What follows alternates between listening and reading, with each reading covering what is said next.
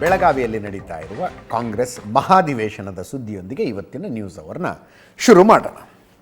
ಶತಮಾನೋತ್ಸವ ಇವತ್ತಿಗೆ ಸರಿಯಾಗಿ 100 ವರ್ಷಗಳ ಹಿಂದೆ 1924ರಲ್ಲಿ ಬೆಳಗಾವಿಯಲ್ಲಿ ಇದೇ ರೀತಿ ಕಾಂಗ್ರೆಸ್ ಅಧಿವೇಶನ ನಡೆದಿತ್ತು. ಅದೇ ಅಧಿವೇಶನದಲ್ಲಿ ಮಹಾತ್ಮ ಗಾಂಧಿ ಅವರನ್ನು ಕಾಂಗ್ರೆಸ್ ಅಧ್ಯಕ್ಷರನ್ನಾಗಿ ನೇಮಿಸಲಾಗಿತ್ತು. ಅದರ ನೆನಪಿಗೆ ಸರಿಯಾಗಿ 100 ತಿಂಗಳು, ವರ್ಷ, ತಿಂಗಳು, ದಿನಾಂಕ, ಟೈಮ್ ಸಮೇತ ನೋಡಿಕೊಂಡು ಈ ಅಧಿವೇಶನವನ್ನು ಆರಂಭಿಸ್ತಾ ಇದ್ದಾರೆ. ಮಧ್ಯಾಹ್ನ 3 ಗಂಟೆಗೆ ಶುರುವಾಗಿತ್ತಂತೆ, ಇವತ್ತು ಮಧ್ಯಾಹ್ನ 3 ಗಂಟೆಗೆ. ಹಾಗೆ ಸೋನಿಯಾ ಗಾಂಧಿ, ಪ್ರಿಯಾಂಕಾ ಗಾಂಧಿ ಅವರು ಬರಲಿಲ್ಲ.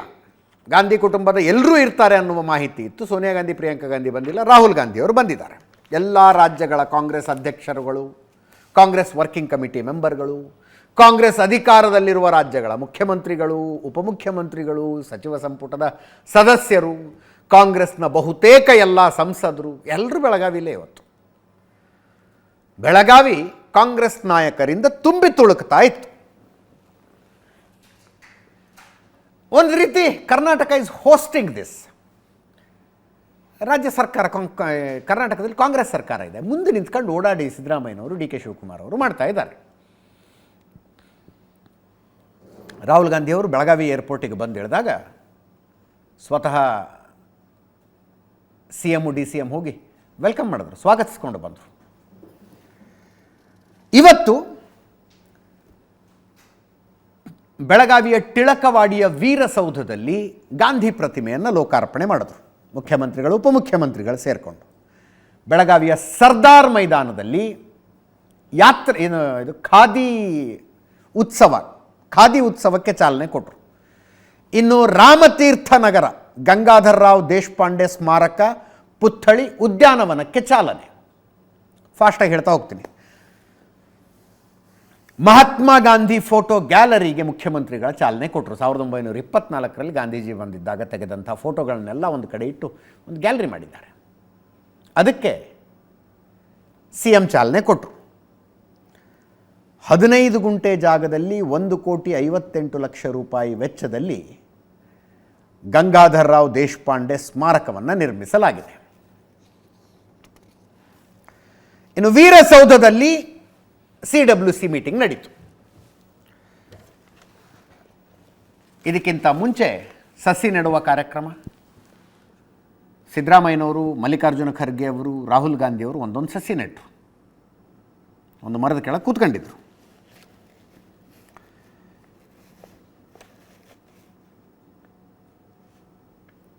ಆದಮೇಲೆ ಕಾಂಗ್ರೆಸ್ ಧ್ವಜಾರೋಹಣ, ವಂದೇ ಮಾತರಂ, ಝಂಡಾ ಉಂಚಾ ರಹೇಗಾ ಗಾಯನ, ನವಸತ್ಯಾಗ್ರಹ ಬೈಠಕ್ ಹೆಸರಿನಲ್ಲಿ ಕಾರ್ಯಕಾರಿಣಿ ಮಾಡಿದ್ರು.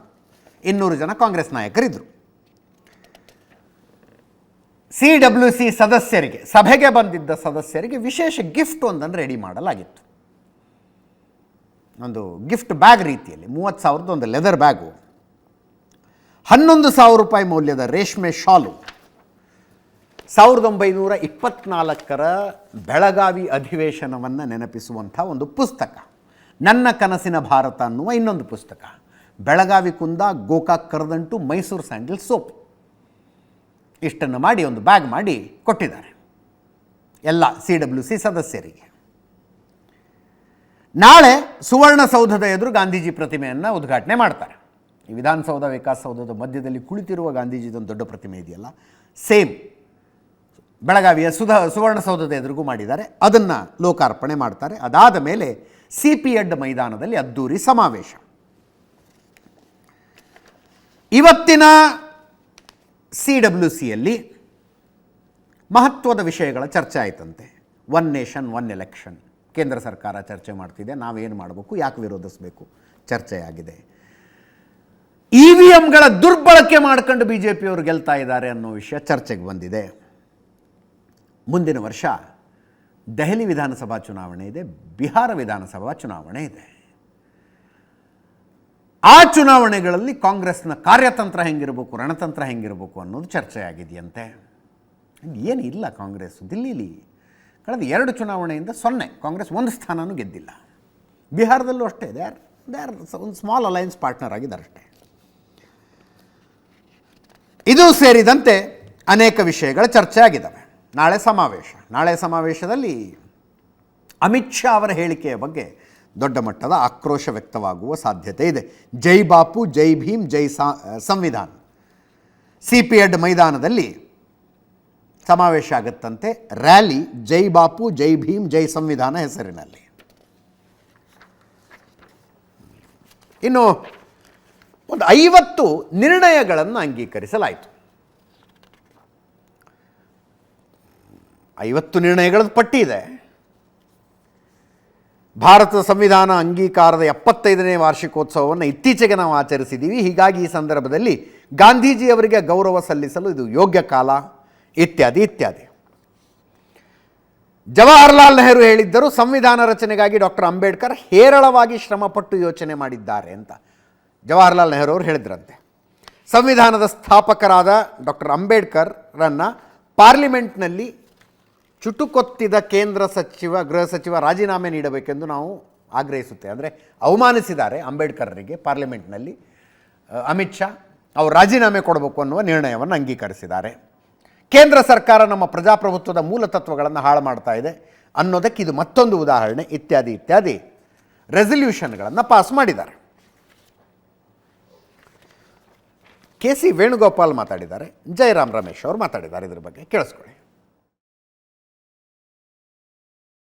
One is from Mahatma Gandhi and second is as a political resolution.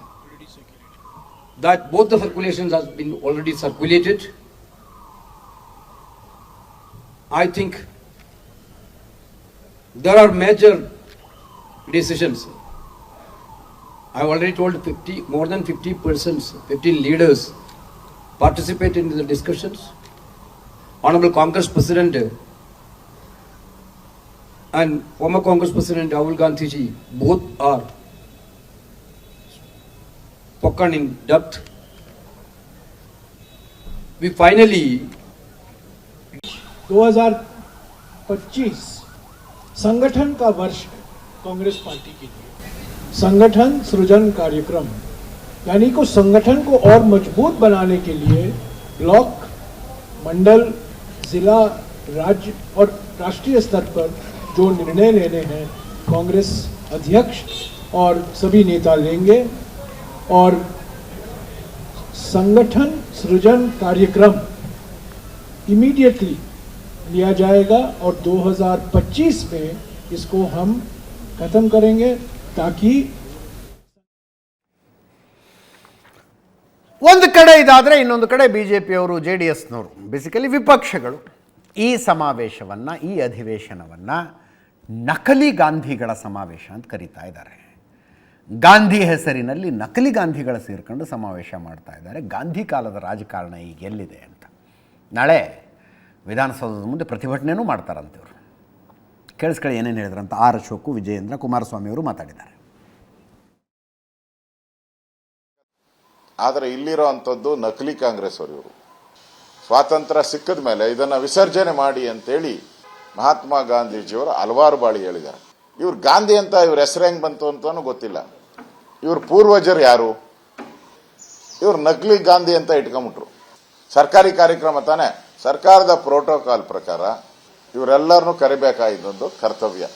ಯಾಕೆ ಕರೆದಿಲ್ಲ ನೀವು? ಸ್ವತಃ ಜಗದೀಶ್ ಶೆಟ್ಟರ್ ಅವರು ಅಲ್ಲಿನ ಲೋಕಸಭಾ ಸದಸ್ಯರು, ಅಭಯ್ ಪಾಟೀಲ್ ಅಲ್ಲಿ MLA, ಅವ್ರನ್ನೂ ಇದರಲ್ಲಿ ಯಾವುದೇ ಇದರಲ್ಲಿ ಇನ್ವಾಲ್ವ್ಮೆಂಟೇ ಮಾಡ್ತಾ ಇರಲಿಲ್ಲ ಅವರು.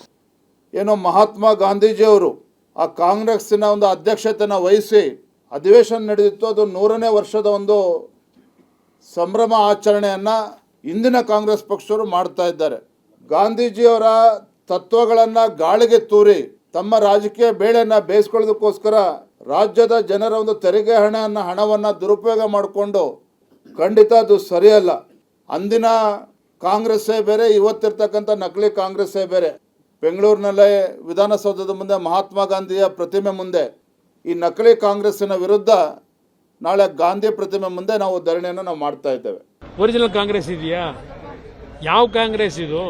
ಗಾಂಧೀಜಿಯವ್ರನ್ನ ಹೊರತುಪಡಿಸಿ ನಕಲಿ ಗಾಂಧಿಗಳಿದ್ದಾರಲ್ಲ, ನಕಲಿ ಗಾಂಧಿ ಜೊತೆಗೆ ಇವರುಗಳು ಏನಿದ್ದಾರೆ, ಗಾಂಧಿ ಹೆಸರಿನಲ್ಲಿ, ಗಾಂಧಿ ಕುಟುಂಬದ ಹೆಸರಿನಲ್ಲಿ ರಾಜಕೀಯ ಮಾಡ್ಕೊಂಡ್ಬಂದು ಇವ್ರದ್ದೊಂದು 2-3 ಜನದ್ದು ಕಟೌಟ್ಗಳು ಆಕಾಶದ ಎತ್ತರಕ್ಕೆ ಹಾಕೊಂಡಿದ್ದಾರೆ. ಗಾಂಧೀಜಿಯವರ ಹೆಸರೇ ಇಲ್ಲ ಅಲ್ಲಿ, ಗಾಂಧೀಜಿಯವರ ಇದಿಲ್ಲ ಕಟೌಟ್ರು.